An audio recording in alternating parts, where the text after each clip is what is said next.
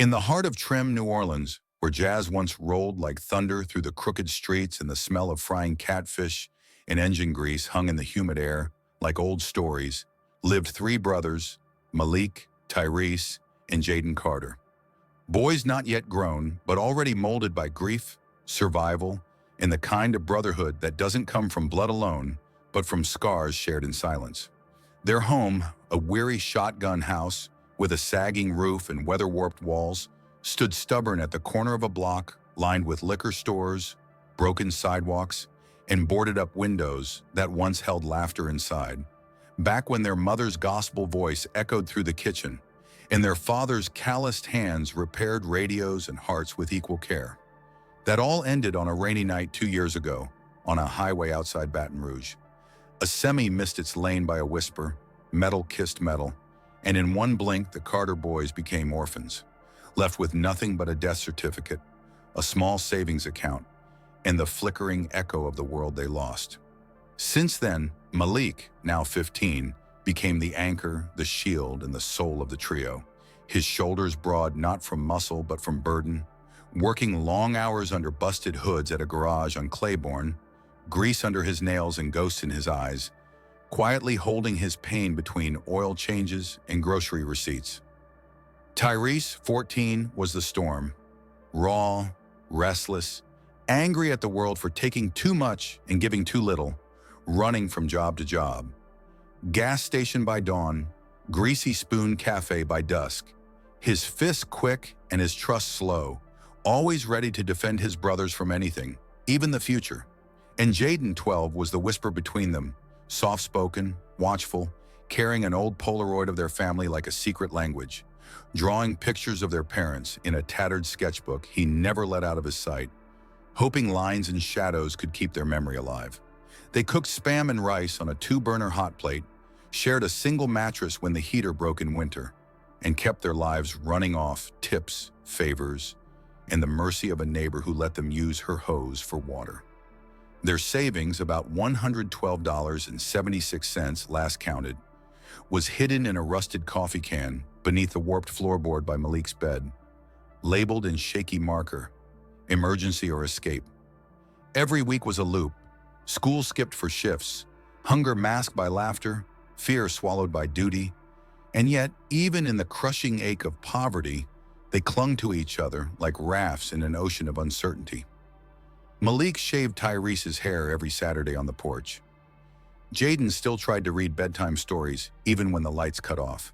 They talked to their parents sometimes, whispers to the ceiling, prayers to the air, asking if they were proud, if they were watching, if they were still listening. But beneath it all, they lived with the unspoken truth that the world had not only forgotten them, it had dared them to survive. No social worker came. No family claimed them. No one cared. They became their own salvation. And yet that summer, a blistering July swelter, where even the air felt heavy with something ominous, the city began to murmur warnings. The streets talked, radios buzzed, and phones dinged with words no one wanted to believe.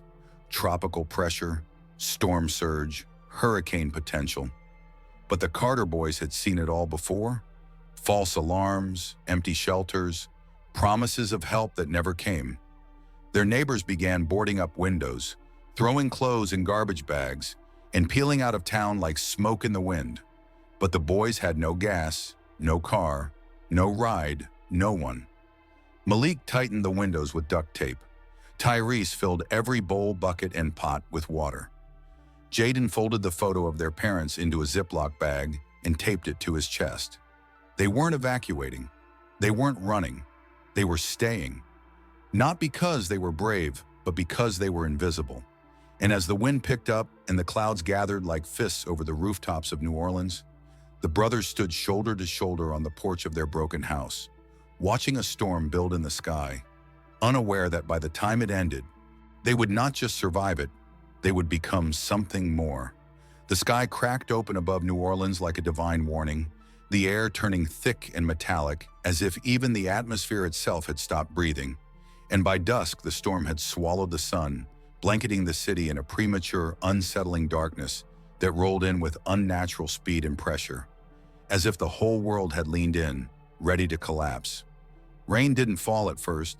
It punched, slamming into rooftops and sidewalks with an erratic fury that felt personal, almost angry, and the Carter brothers, still huddled in their fragile shotgun house, watched as winds bent trees like twigs, signs tore from storefronts, and sirens wailed in the distance like some dying animal.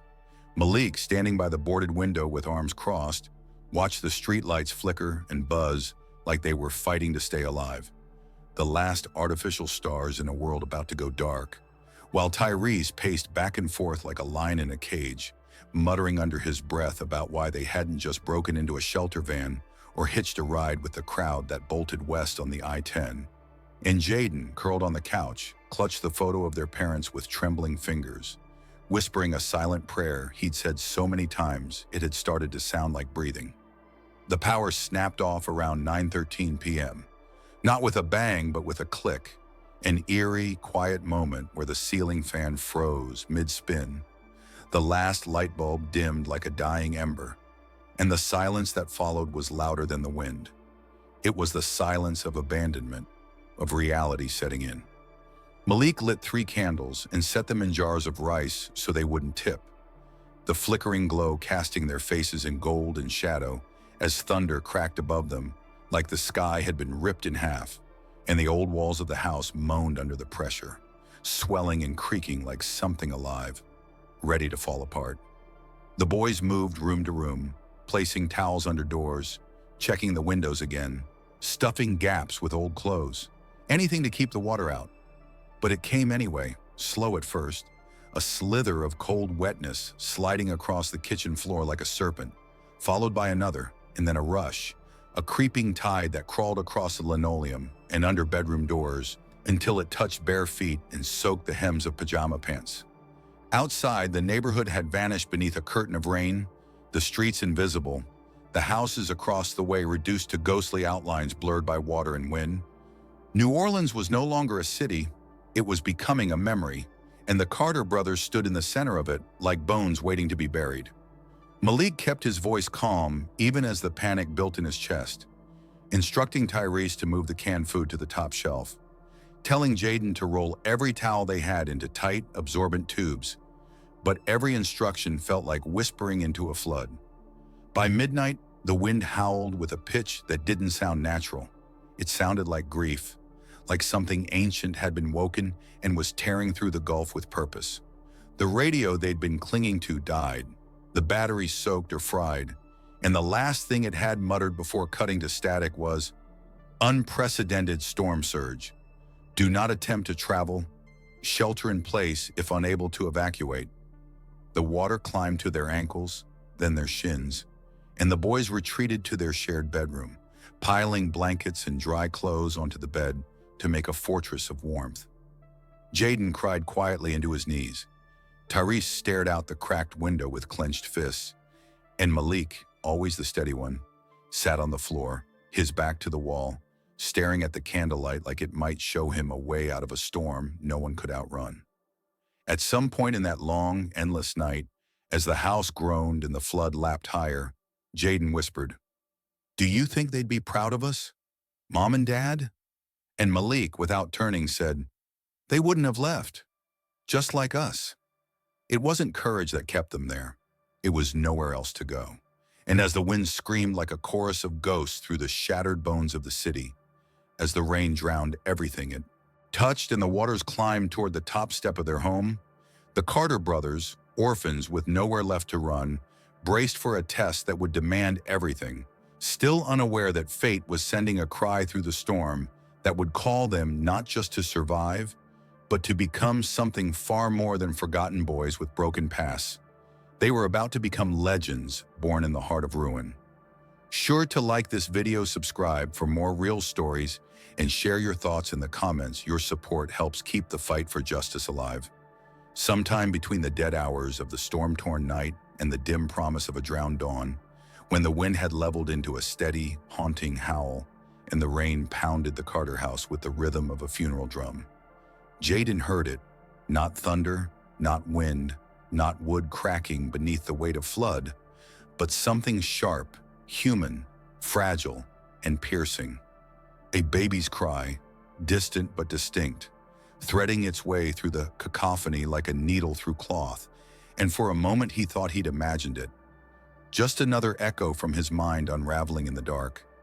But then it came again, louder this time, higher, urgent, a sound that cut straight through the fear in his chest and froze him mid-breath. He sat bolt upright on the bed where he and his brothers had taken refuge, his heart pounding as he whispered, "Malik, Tyrese, did you hear that?"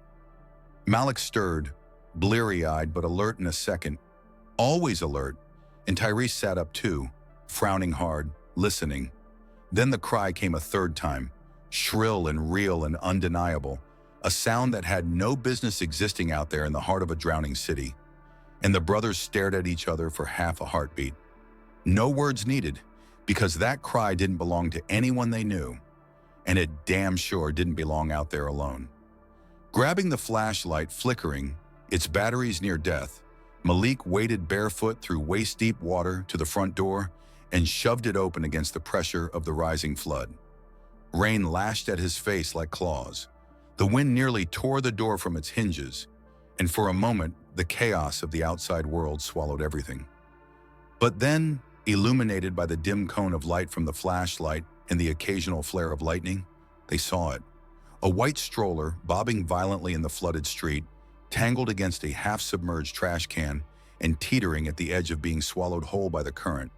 And behind it, face down in the water, barely clinging to consciousness, was a woman, drenched in a long, soaked white dress, her blonde hair plastered to her face, her arm outstretched as if she had been crawling toward the stroller when she collapsed. "Oh my God," Tyrese muttered, his voice cracking. "That's a baby out there." And before anyone could say another word, Malik was already in motion, grabbing the broken broom handle they'd been using to push debris aside, tying a frayed extension cord around his waist like a lifeline, and yelling over the storm, "Hold this! Tie it to the stair rail! I'm going in!" The flood outside was no longer water. It was a living force, pushing, pulling, roaring with hunger, filled with floating glass, twisted metal, and unseen dangers beneath the surface. But Malik didn't hesitate. He plunged in, his body immediately swept sideways, legs kicking against the current, one hand gripping the pole, the other reaching forward with blind hope. Tyrese dug his heels into the doorframe and held the cord with all his might, straining against Malik's weight while Jaden knelt beside him, clutching the flashlight, his hands shaking, praying the beam wouldn't fail now. Inch by inch, Malik fought toward the stroller, his arms burning, water choking at his chin, until he reached the woman first, her lips blue, her skin cold as glass, eyes fluttering. He grabbed her under the arms and tried to lift her, but she was dead weight, unconscious or near it, and every second counted. He looked to the stroller, now halfway sunk, and made a split-second decision. He shoved the woman against the floating car door nearby to keep her above water and lunged for the stroller, barely catching it before a surge nearly ripped it away. Inside, the baby wailed, red-faced, soaked but still miraculously alive, its tiny body wrapped in a half-drenched blanket that did nothing to protect it from the wind. Malik wrapped his arms around the stroller and screamed back toward the house. "Pull me now!" And Tyrese gritted his teeth and began to heave, the cord going taut, his arms screaming with the effort as Jaden ran to grab more slack. Bit by bit, the rope brought Malik back toward the porch, dragging the stroller and the woman behind him. And by the time he reached the steps, his body was trembling, his breath ragged, but the baby was alive in his arms, sobbing, shaking, clinging to life with the blind faith only infants have. They hauled the woman up next, her body slick and heavy, and laid her across the living room couch, covering her in dry blankets while Jaden gently rubbed warmth into her frozen fingers, murmuring, come on, wake up." The baby cried on and Jaden took it into his arms, rocking it instinctively, whispering nonsense words that seemed to calm it as Malik sank against the wall, soaked to the bone, staring at nothing, barely believing what they'd just done. Tyrese paced the room, adrenaline still roaring in his blood, muttering, "Who the hell are they? Why were they out there?" But there were no answers, only that cry, that fragile, impossible cry that had pulled them from the brink and bound their lives to two strangers in the middle of a city that was trying to kill them. Malik finally spoke, his voice hoarse. We couldn't leave them, and no one disagreed. Outside, the storm raged like the wrath of a god, but inside that crumbling house, beneath the flicker of candlelight, a new storm had arrived. One of purpose, of fate, of a decision that would define the rest of their lives, because the Carter brothers were no longer just fighting to survive for themselves. Now they were guardians, protectors, rescuers, and everything that happened next would demand more than courage. It would demand everything. The walls of the Carter house trembled under the weight of the storm's fury, groaning like something ancient and tired, and inside the boys worked with the desperation of soldiers under siege, their breaths short, their limbs shaking, soaked to the skin and still moving, because stopping wasn't an option. Not when a baby's cries filled the room, raw and relentless, and an unconscious woman lay limp on their couch, her skin pale and lips blue. A stranger who now belonged to their story, whether they liked it or not. Malik, soaked and shivering, peeled off his wet clothes and wrapped himself in a threadbare towel before rushing back to the baby, now cradled tightly against Jaden's chest, its tiny fingers gripping his shirt like it knew he was its last hope in a world gone silent and cold. Jaden's face was pale but focused, his hands trembling as he gently rocked the child back and forth near the candle's flickering light, whispering lullabies he barely remembered from when their mother used to sing them. Tyrese, meanwhile, moved like a whirlwind around the house, stacking furniture against weak spots in the wall, stuffing gaps with clothing, dragging up every can of food they had, every battery, every match, every dry scrap of fabric. His fury masked his focus, because action was all he had to keep the panic from overtaking him. The water was already creeping back in, inching across the floor like it had a mind of its own, soaking the rugs, curling up the pages of Jaden's sketchbook, swallowing everything low to the ground with cruel patience. Claire, the woman, still hadn't woken, not even stirred, her breathing shallow, erratic, her eyelids fluttering only once before slipping back into darkness. And Malik knew from the hollowness in her pulse that she was hypothermic, slipping under fast. She needs heat, Malik muttered half to himself, grabbing every blanket they had and throwing them on top of her. She won't make it if we don't warm her up. But the house was already freezing, the flood having stolen whatever insulation the rotting walls once had, and the only source of heat left was the boys themselves. So Malik sat beside her, pulling her against his body, wrapping an arm around her icy frame, whispering encouragements like prayers, while his body absorbed her chill. Jaden passed him the baby and climbed under the blanket with them, the three of them now clinging to this woman, this stranger like family, because there was no such thing as strangers when death was waiting outside. Tyrese joined next, grumbling under his breath but not hesitating, wrapping his arms around the bundle of them with the kind of touch only brothers understand. Fierce, protective, wordless. For a moment, all they could hear was the storm, water crashing against the windows, debris clanging like ghosts on the roof, the wind howling through cracks in the boards like a voice that wanted in. But inside, there was warmth now, not enough to stop the storm, but enough to keep a woman from dying, enough to quiet a baby's scream, enough to remind three boys who had lost everything that they could still give. Hours passed in a slow-burning blur, time melting into candlelight and soaked walls, and finally, just as Malik began to nod off, Claire stirred, a twitch in her fingers, a soft sound from her throat, her eyes fluttering open like someone waking from a nightmare. She gasped, confused, her voice cracked and rasping. Where's my baby?" And Jaden immediately raised the tiny bundle in his arms, whispering, "Right here, ma'am. He's safe. We got you." Claire began to cry then, silently, her hand reaching for the baby with weak fingers, clutching him to her chest as if to prove he was real, that this moment wasn't some dream hallucinated in the flood. And Malik sat back, his own chest tight, his limbs lead-heavy, feeling like he'd just aged 10 years in one night. Claire tried to speak again, but her words broke apart, just fragments. Car. Water. I couldn't. Before she sagged back, exhausted but conscious, her fingers still locked around the baby like she'd never let go again. The brothers didn't ask questions. Not yet. They just watched her, eyes wide, adrenaline finally starting to crash now that she was alive. But the house wasn't done falling apart. A window cracked with a deafening snap, and water burst in like it had been waiting for the moment of their weakness, swallowing the last inch of dry floor, creeping up the legs of the couch, licking at the base of the walls. "We can't stay," Malik said, his voice suddenly clear, filled with decision. "We gotta get out. Find higher ground, somewhere safe." Tyrese looked around wild-eyed. "Out there? In that?" Malik nodded. "If we stay, we drown. If we go, we might not. We got people to protect now. This ain't just about us anymore." And just like that, the Carter brothers were no longer just orphans in a storm. They were guardians of life in a city being swallowed whole.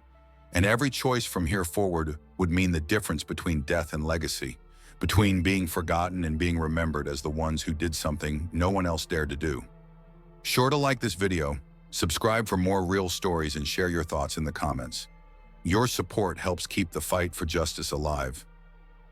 The house was no longer a home. It was a coffin in slow motion, groaning with every gust of wind, filling inch by inch with floodwater that had already swallowed their floor, their shoes, their past. And the Carter brothers knew with a clarity born of trauma and grit that if they stayed another hour, they'd be found days later drifting face up against the crumbling walls, just another tragedy buried in the wreckage of New Orleans. Malik was the first to move, already soaked to the waist and shaking from cold and exhaustion, but still planning, eyes scanning the room like a field medic calculating risk. Voice steady as he barked out instructions. "We go. Now I'll carry her. Tyrese, get that baby bag. Jaden, pack whatever's dry. Food, batteries, the flashlight. Fast." No hesitation, no panic, just movement.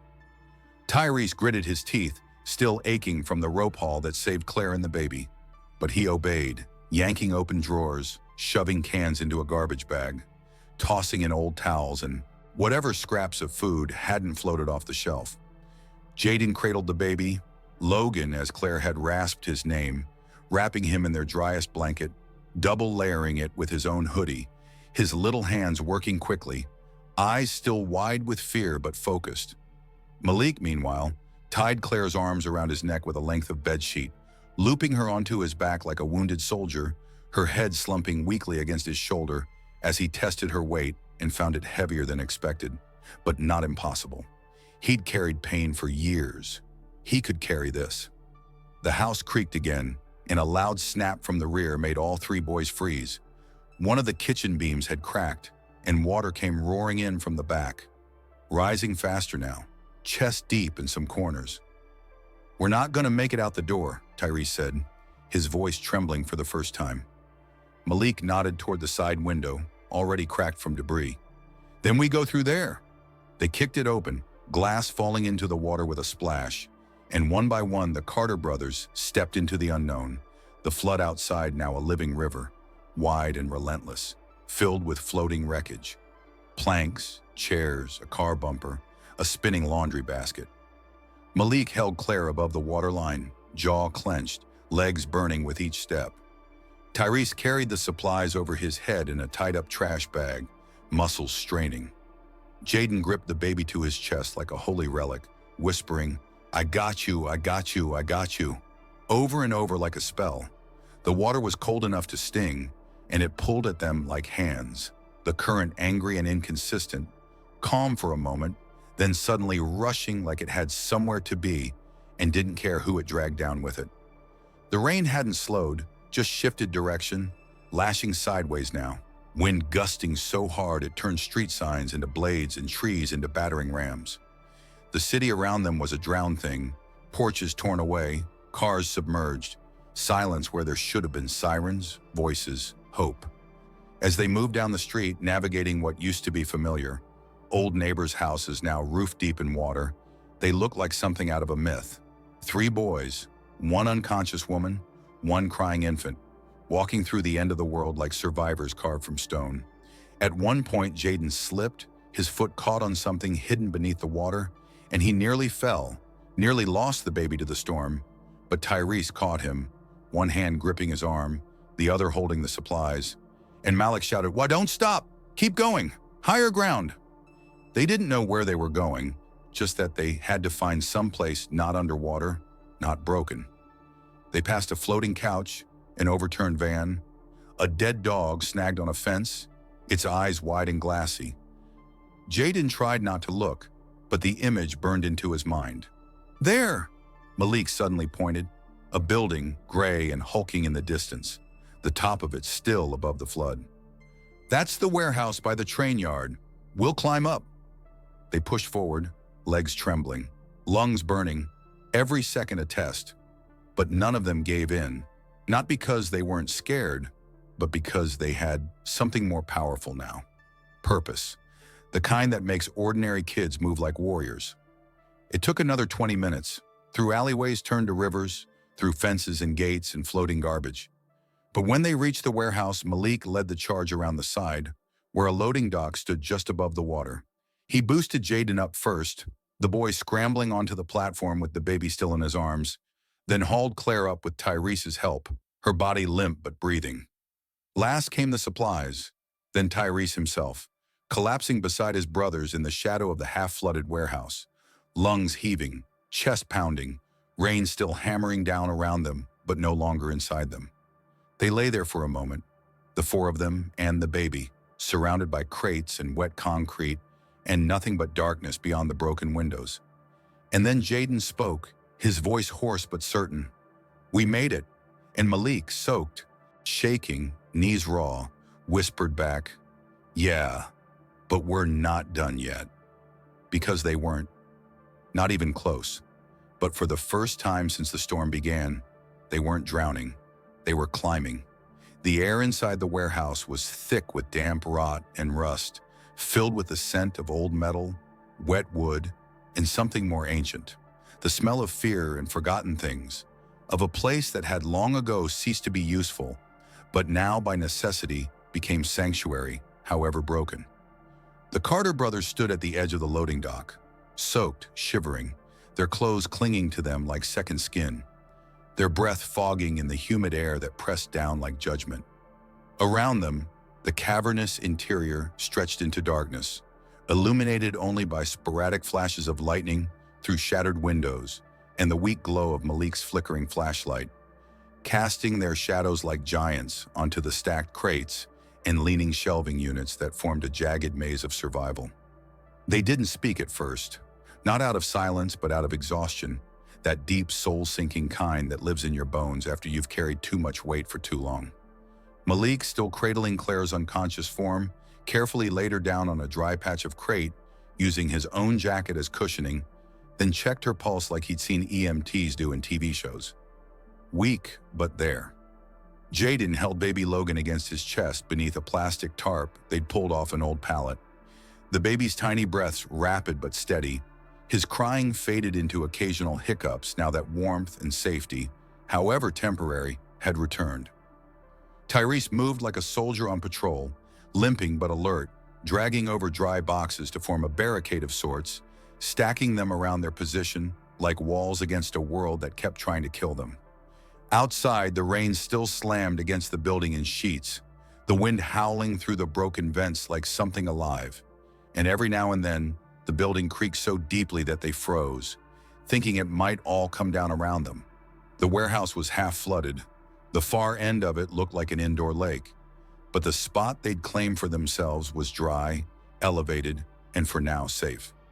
Malik stripped out of his soaked shirt, wringing it out, ribs showing under dark skin stretched thin by years of struggle, and used it to pat down Claire's face, muttering under his breath, "Come on, you're safe now. Wake up." But her eyelids only fluttered, her lips parted in a soft breath like a sleeping child, and she remained suspended in that strange in-between. Jaden found an old towel, dry at the center, and wrapped it around the baby's legs while singing a cracked version of "Lean on Me," his voice fragile, notes crumbling like the walls around them. "He's warm," he whispered, half to himself, half to the storm. Tyrese returned with a rusted metal canister, empty, but nodded toward the top of a tall shelf. "I saw cans. Soup maybe. Something." Malik nodded. "We wait for sunrise, then we climb. We can't risk getting separated in the dark." And so they waited. The hours stretched long, heavy with hunger and worry. The wind screamed, but the warehouse held. Claire moaned once in her sleep, and Logan stirred, his tiny hand resting against Jaden's heartbeat. For the first time since their parents died, the Carter brothers were taking care of someone else, and somehow that made them feel less broken, less forgotten. They weren't just surviving anymore. They were saving, and deep in the back of the warehouse, unknown to them, something moved, a ripple in the standing water, a shape beneath the surface, something displaced by the storm that did not belong. But for now, the Carter brothers didn't see it. For now, they sat shoulder to shoulder on a bed of crates, guarding a woman they didn't know and a baby they couldn't explain, hearts still pounding from the hours before, eyes heavy but unclosing, backs to the wall, ears to the wind, ready for whatever came next. Not because they were fearless, but because they had no choice but to be brave. And as the storm raged on beyond the thin shell of the warehouse, and the flood crept higher toward them, the rafters, the brothers knew this was no longer about waiting for rescue. It was about preparing for war, the kind you fight with heart, instinct, and the unwavering will not to be erased. The storm hadn't stopped. It had only settled into a cruel rhythm, the kind of constant battering that dulls into the background like a war drum. But inside the warehouse, beneath the sagging metal roof and the faint hum of dripping water echoing through the steel skeleton of the building, time stretched thin as spiderwebs, and the Carter brothers remained motionless in their makeshift stronghold, huddled around the baby and the woman they had risked everything to save, unsure of what to do next or how long they could hold on. The baby, Logan, had drifted into an exhausted, twitching sleep in Jaden's arms, and Malik, legs aching and eyes burning, paced the edge of their crate stack like a soldier guarding a fortress. Flashlight beams sweeping the corners of the warehouse where shadows pooled thick as oil. Tyrese, crouched near a rusted shelving unit, had been fiddling with the old emergency radio they found tucked beneath a pile of damp tarps, one of those handheld units their dad used to keep in the truck for hurricane season, the kind they hadn't seen since he died. At first, it only spat static, broken voices warped by distance and weather. But then a few channels up, a voice came through. It was a woman, clipped and serious, a radio broadcaster speaking with the artificial calm of someone barely holding panic at bay. So, breaking update from central New Orleans. FEMA has confirmed catastrophic flooding across multiple parishes, rescue efforts ongoing, and then another voice took over. Male, breathless, urgent, louder, more human. "We're now receiving word from Dallas, Texas, where tech billionaire Benjamin Whitmore has issued a desperate appeal for information regarding the whereabouts of his wife and infant son. Repeat, Claire Whitmore and their newborn, Logan Alexander Whitmore, were last seen near their French Quarter property. Their SUV was found submerged, and it's believed the child may have been swept away by rising water during an evacuation attempt gone wrong." At that moment, the warehouse fell silent, as if the storm itself had paused to listen, and Malik turned slowly to Jaden, who held the baby like glass, eyes wide, mouth open, whispering the name before the reporter could even repeat it. Logan. The name cracked the room open like lightning. Tyrese dropped the radio, staring at the baby like he had never seen him before. And even Malik, always the strong one, always the anchor, felt his knees buckle slightly as he sat down hard on a crate, his mind trying to catch up to the moment. "That's him," Jaden whispered, his voice trembling, not with fear but awe, wonder, disbelief. "That's this baby. That's who we saved." The reality hit all three boys at once, like a flood of its own. Not just that they had rescued a baby, but that they had saved the heir to one of the richest families in America. A child whose face was probably on every screen in the country, whose name was being prayed over by people they could never imagine. A baby the world was searching for while they, three orphaned black boys from the 9th Ward, sat in a rotting warehouse with him cradled in their arms. "Claire Whitmore," Malik murmured, looking over at the woman, pale, unconscious still, but alive. Her wet blonde hair now beginning to dry in messy curls across her cheeks, her skin no longer gray, her breathing steadier thanks to the warmth they'd shared. She looked nothing like the world they knew. She wore pearls even in a hurricane, a designer dress soaked through but still expensive, even ruined. But in that moment, she wasn't a billionaire. She was just a mother who'd almost died trying to save her child. And they'd been the ones to bring them both back. Malik stood slowly, heart hammering in his chest. We need to get them help, real help. Someone's got to know we've got them. Tyrese shook his head. How? There's no signal, no power, and we can't go out in that storm again. Not yet. But Malik was already climbing the crates, aiming for the upper level, the window near the roof they hadn't dared touch before. Then we make them see us, he said. We find light. We find noise. We make the city know we're here. Jaden clutched Logan tighter, the baby beginning to stir again, and he whispered to him, They're coming for you. I promise. We won't let you go. And somewhere deep inside that warehouse, beneath crates marked with dust and mold, the weight of the world shifted ever so slightly, because for once, fate had turned its eyes toward the forgotten. And 3 boys who'd spent their lives invisible were now the protectors of the most wanted child in America. But they didn't want money. They didn't want reward. They just wanted the baby to live. They wanted this storm to mean something. And as lightning lit the sky through the cracks above, illuminating their small island of warmth and determination inside a city still drowning, the Carter brothers began to prepare for the next wave, for the next choice, for the moment when they would finally be seen, not as kids from the margins, but as the heroes the storm had forged. Sure to like this video, subscribe for more real stories, and share your thoughts in the comments. Your support helps keep the fight for justice alive. It began as a flicker in the distance, a faint beam of white cutting across the black rain, weaving through the ruined skeleton of the city like a ghost looking for something lost. And at first, Malik thought he was imagining it, some hallucination brought on by exhaustion and desperation. But then it swept by again, slowly, deliberately, and this time all 3 brothers saw it, their eyes locking as the full weight of what it meant hit them like thunder. A rescue boat. Somewhere out there, someone was still searching, still fighting through the storm with lights on, looking for survivors. And suddenly, the warehouse felt smaller, the air tighter, the floodwater closer, because if they didn't act now, this might be the only chance they got. Malik was the first to move, scaling the crates like scaffolding, dragging the flickering flashlight from his soaked backpack, yelling, Tyrese, give me that mirror, the old one, from the kit. Tyrese, already moving, tossed it up, and Malik caught it, angling it toward the open slat of broken roof window high above them, hoping to bounce what little light they had into something bright enough to cut through the rain. It's moving away, Jaden shouted, clutching the baby close, his voice breaking with panic, and Malik gritted his teeth, waving the flashlight wildly, angling the mirror with shaking hands, praying for a glint, a spark, a reflection strong enough to be seen.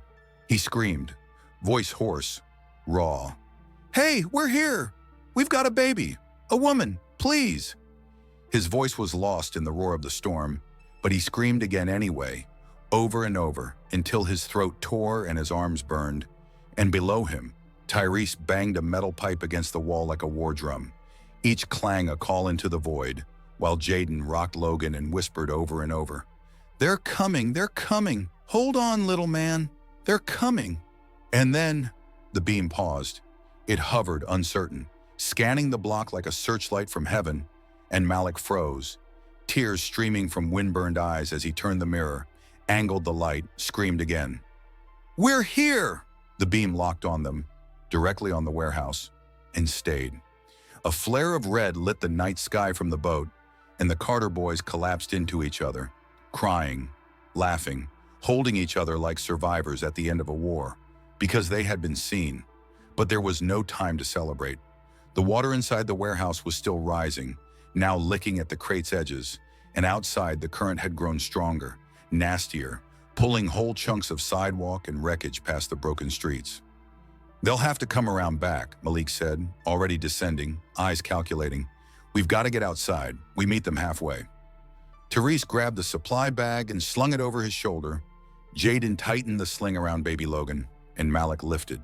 Claire again, her body weak but warmer now, her head pressing lightly against his chest as if somewhere inside, she knew salvation had come. They moved fast, silent, heartbeats like drums, navigating through the crates, through ankle-deep water turned waist-deep by the time they reached the warehouse doors, Malik kicking the broken metal open with a groan that echoed like a warning into the storm.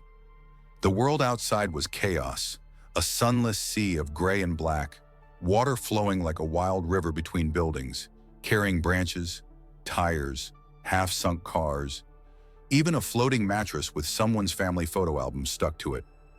Pages flapping in the wind like tattered flags from a life erased. The boat was there, a squat, durable rescue vessel, manned by two figures in bright yellow slickers, one with a megaphone yelling, "We see you! Hold on!" The boys surged into the water, Malik leading, Claire on his back, the other two flanking him with wide eyes and fierce hearts.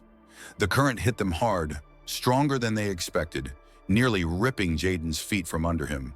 But Tyrese grabbed him, held him steady, and they pushed forward step by agonizing step.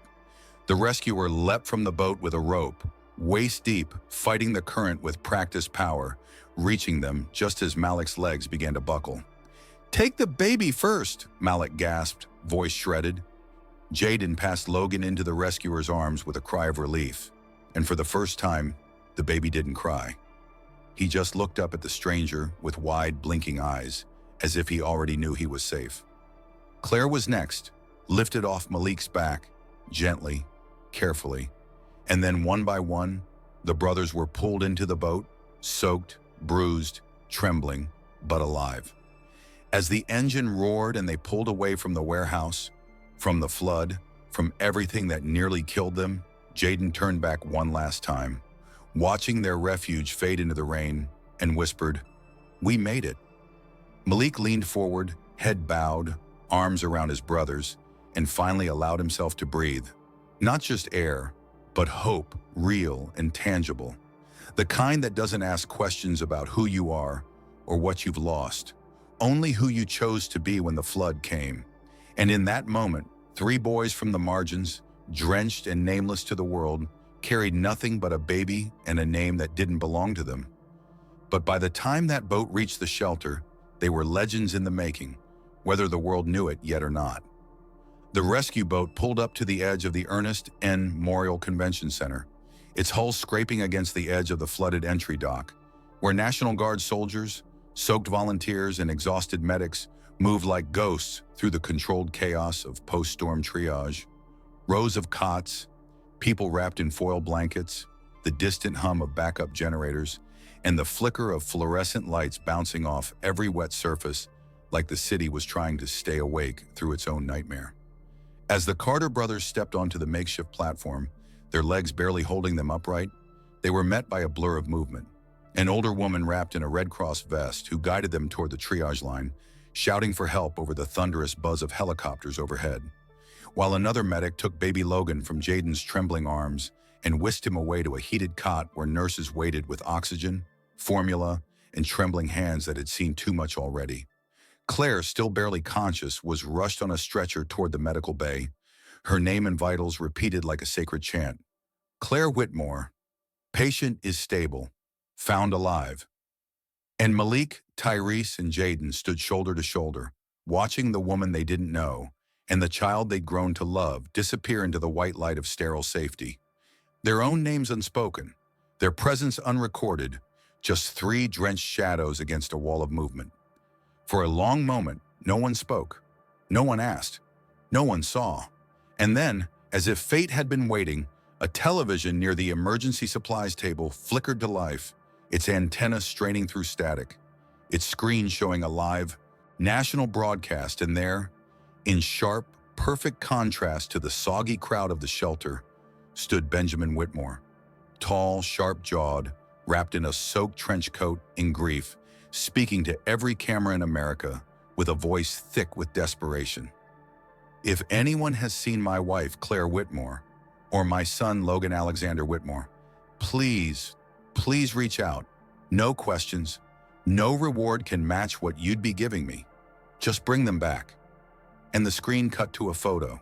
The same baby the Carter brothers had just carried through the flood, smiling in a crib too clean to exist in their world. The kind of child who lived in magazines and gated mansions, not warehouses and rain. It was Jaden who moved first, stepping forward slowly, eyes glued to the screen, whispering, "That's him! That's him!" And suddenly, volunteers were calling for coordinators, and a woman named Elena, a FEMA supervisor who'd been watching from the corner, rushed over, kneeling before the boys, her eyes wide. "Where did you find the baby? Where's Claire?" Malik didn't blink. "We carried them here, through the 9th ward. They were in the flood. We didn't know who they were. We just knew they'd die if we didn't help." And Elena looked at him like she couldn't quite believe what she was seeing. 3 ragged kids who looked like they hadn't eaten in days, who had mud on their skin and trauma in their bones, standing there with nothing but truth and storm in their eyes. A call went out. Radios buzzed. Phones rang. And less than an hour later, through the front entrance of the convention center, flanked by armed security and camera flashes, Benjamin Whitmore burst in, hair disheveled, suit wrinkled, eyes scanning every corner, like a man who'd torn the world apart looking for what he lost. And when he saw Claire sitting upright on a cot, blanket around her shoulders, baby Logan sleeping in her arms, he didn't run. He fell right to his knees, sobbing into her side as she clutched him with one hand and held the baby tighter with the other. The room stood still. No cameras clicked. No words came. It was the kind of silence only found in miracles. And then, when he could breathe again, Benjamin turned, eyes still wet, searching, scanning, until he saw the 3 boys standing awkwardly near a stack of blankets, unsure if they were supposed to be here now that the story had caught up to them. He walked toward them, slowly, deliberately, and when he reached them, he looked at each one like they were angels who didn't know they had wings. "You saved them," he said, voice breaking. "You saved my whole world." Malik nodded once. "We just did what we had to do." But Benjamin shook his head. "Number U did what no one else could." Then, without waiting, he pulled all 3 boys into an embrace, one arm around Malik's shoulders, the other drawing Jaden in, while Tyrese hesitated for a second before finally letting himself lean into it. The press swarmed, reporters shouting names, volunteers clearing space. But Benjamin raised a hand and said, "Not here. Not now. These boys don't need cameras. They need rest. They need food. They need family." And just like that, in a shelter filled with the broken, the drowned, the forgotten, the Carter brothers were seen, not as numbers, not as orphans, not as another case to file, but as heroes, as brothers who crossed an ocean with nothing but their hearts, as protectors who saved the light in a world gone dark. And in that moment, the richest man in Texas and 3 brothers with nothing but each other stood side by side beneath a broken roof in a flooded city, and something in all of them began to heal. The sun finally broke through the clouds the following morning, casting a fractured golden light over the still wet world outside the convention center, as if the storm, after devouring so much, had offered the city a moment of breath, just enough to remind the living that they were still here, still standing. Inside, the massive shelter buzzed with murmured voices, the whirring of industrial fans, the clink of water bottles passed between trembling hands. But in one corner, surrounded by military cots and half-dried blankets, a story was being written not in ink but in the unspoken weight of eyes locking and lives changing. Benjamin Whitmore, still wearing the same clothes he'd arrived in, his expensive suit now stained with water, sweat, and relief, sat on a plastic chair in front of the Carter brothers, elbows on knees, his gaze never leaving their faces. Malik sitting stiff and guarded. Tyrese, arms crossed, still unsure if this was real, and Jaden leaning forward slightly, as if hope might fly away if he didn't hold it close. Between them sat baby Logan, swaddled in a fresh towel, dozing peacefully against Claire's chest, who had joined them now, pale but radiant in a way only survivors ever truly are. Her hand resting gently on Jaden's shoulder, as if tethering herself to the boys who had brought her and her child back from death's doorstep. "I've spent my life building companies," Benjamin said, his voice low, raspy from sleepless nights and storm-screamed prayers. "But I've never seen anything built like the bond between you three. You carried my family through hell. You did it without cameras, without reward, without anyone even knowing your names." Malik looked down. "We weren't trying to be known." Claire spoke then, her voice a soft contrast to her husband's grit. "But you deserve to be. You didn't just save us. You reminded us what courage looks like." Tyrese shifted uncomfortably, as if praise stung more than pain. "We just couldn't let that baby drown," he muttered. "We've seen too much of that already." Benjamin nodded slowly. "Which is why, if you're willing, we'd like to change your lives." That sentence landed like a second flood, but this one didn't drown. It cracked something open. Malik frowned.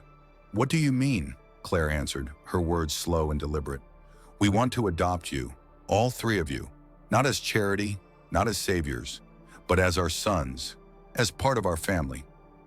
The silence that followed was massive, a wall of sound made from memories, of nights on bare mattresses, of hunger gripped between teeth, of silence where love used to be, of an empty house they never stopped trying to protect. Jaden blinked hard, his lips trembling. Tyrese's jaw clenched, eyes narrowing as if trying to see the trick inside the kindness. But Malik, he looked at the baby in Claire's arms, then at his brothers, and then straight at Benjamin. "We don't need saving," he said, "not cold, not proud, just real. But we've never had a home that didn't break under the first storm." Benjamin nodded, not offended, just honest. "Then let's build you one that doesn't." And like that, the conversation changed. Volunteers whispered, reporters tried to circle, but were held back. FEMA staff called city officials to begin paperwork no one had ever thought to prepare for. 3 black brothers from the 9th Ward being adopted by one of the wealthiest white families in America. Not for headlines, not for spectacle, but because in the middle of the worst storm the city had seen in decades, these boys proved that character was not born in comfort. It was carved in floodwater and fire. That afternoon, Benjamin called his lawyer. Claire called their private school headmaster. Jaden was given a real bed for the first time in years and fell asleep hugging a teddy bear he would never tell anyone he loved. Tyrese handed a hot meal and asked if he wanted seconds, stared in disbelief. Malik sat alone for a while, outside on the convention steps, watching the light scatter across the puddles, trying to understand how the world had flipped in a day. But when he turned back and saw his brothers laughing with Claire, saw Logan giggling as Benjamin tickled his tiny feet, he felt it. Not safety, not comfort, not ease, but permission to finally rest. The storm had stolen so much, but it had also given them something the system never did. A chance not just to live, but to belong. And for boys who had learned to carry the weight of the world with no promise of rescue, this was what it meant to be seen, chosen, and finally, home. Sure to like this video, subscribe for more real stories, and share your thoughts in the comments. Your support helps keep the fight for justice alive. The way you transition from the flood-drowned streets of New Orleans to the wide, sun-drenched avenues of Highland Park, Dallas, felt like waking up in someone else's dream. A place where lawns looked combed, gates whispered open at the press of a button, and silence didn't mean danger, it meant safety. But for Malik, Tyrese, and Jaden Carter, it took weeks before their shoulders stopped tensing every time the wind rattled a window or an unexpected sound echoed down a hallway that didn't leak. The Whitmore estate was less a house and more a modern fortress of warmth and elegance. Vaulted ceilings, polished hardwood, a library bigger than the entire first floor of their old shotgun home, a kitchen that smelled like cinnamon and bread instead of canned beans and gas station grease. But it wasn't the marble floors or the infinity pool that made the difference. It was the way Claire called them boys, with a smile that meant mine. The way Benjamin showed up every night for dinner, no matter what billion-dollar meeting he skipped, and the way baby Logan always reached for Jaden first, recognizing in the youngest Carter something that went beyond blood. A bond born in stormwater, sealed in the quiet moments after survival. Their rooms were soft, bright, and filled with new clothes, art supplies, computers, and books they had never dared to borrow from libraries back home. Malik was given his own workbench in the garage behind the house, stocked with tools he never could have afforded. And every Saturday, Benjamin joined him with 2 cups of lemonade and zero expectations. Just a willingness to listen as Malik slowly began to speak again. Not just in words, but in gestures, in projects, in plans. Tyrese, still wary, still fire in his blood, was offered his own gym pass, his own corner of space, and when he asked Benjamin if he could one day start a self-defense program for kids who didn't have big brothers, Benjamin just nodded and said, "We'll make it happen." Jaden got lost in the Whitmore library, sometimes for hours, sketching in a leather-bound notebook Claire bought him on a whim, drawing the storm over and over until one day he stopped sketching clouds and started drawing suns instead. School was a new universe altogether. The Carter boys walked into halls filled with name-brand sneakers and whispers behind cupped hands. Some students staring too long, some teachers assuming too much.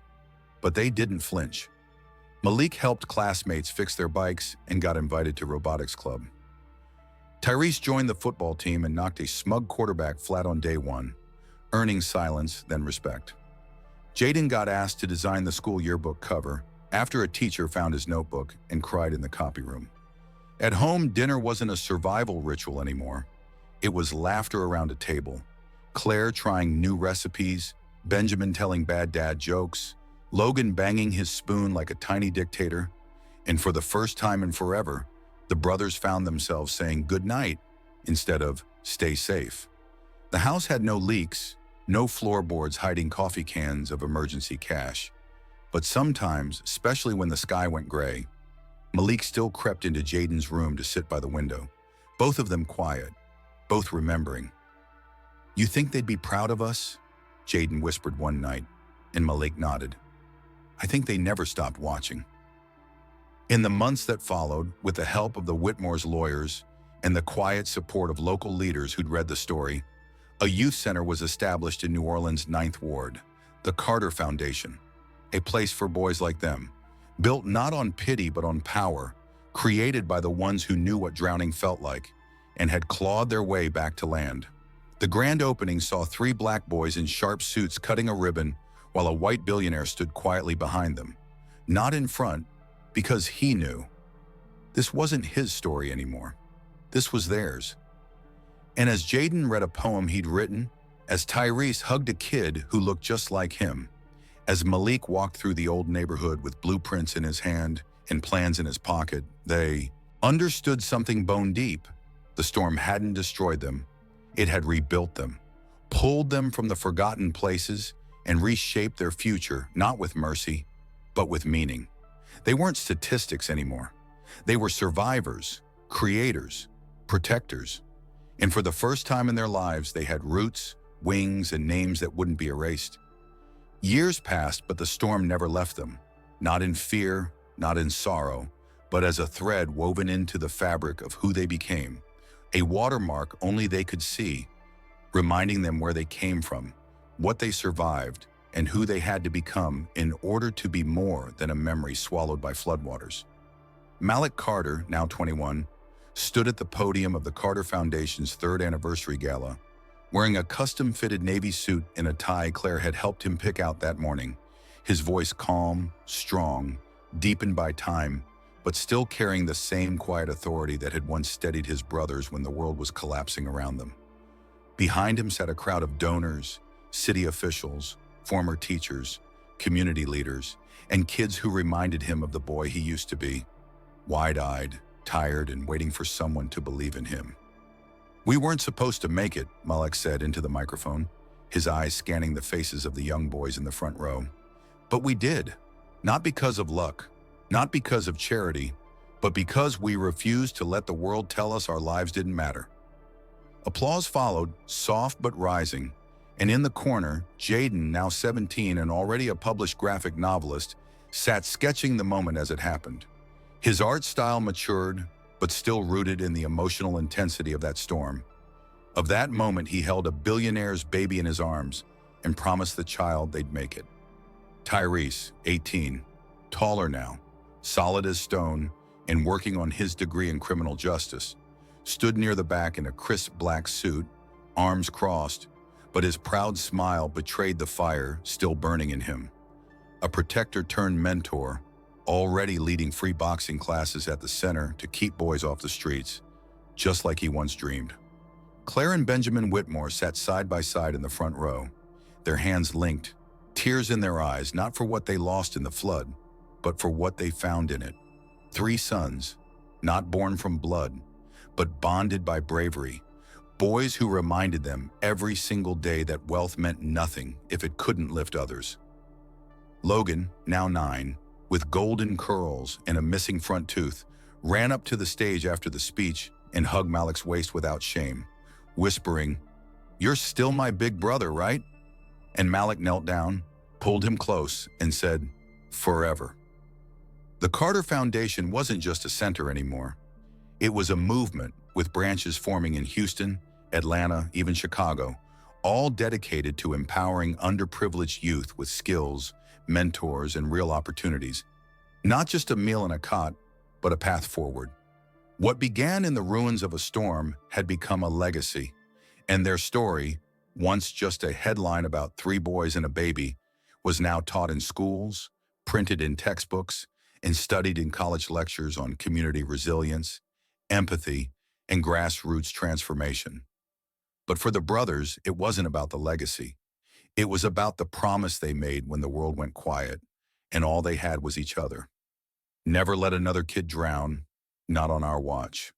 On the anniversary of the storm every year, they returned quietly to the 9th Ward, where their old home had long since been leveled and the block repurposed into a memory garden, one they helped design. There, under the plaque that read, "In memory of all the voices the storm tried to silence," Malik would kneel, place 3 sunflowers, one for each of them, and whisper to the sky, "We didn't just survive, we became." And in that garden, surrounded by wind, rustling leaves, and the echoes of everything they overcame, the storm didn't roar anymore. It hummed like a lullaby. Not an ending, but a beginning that never stopped growing.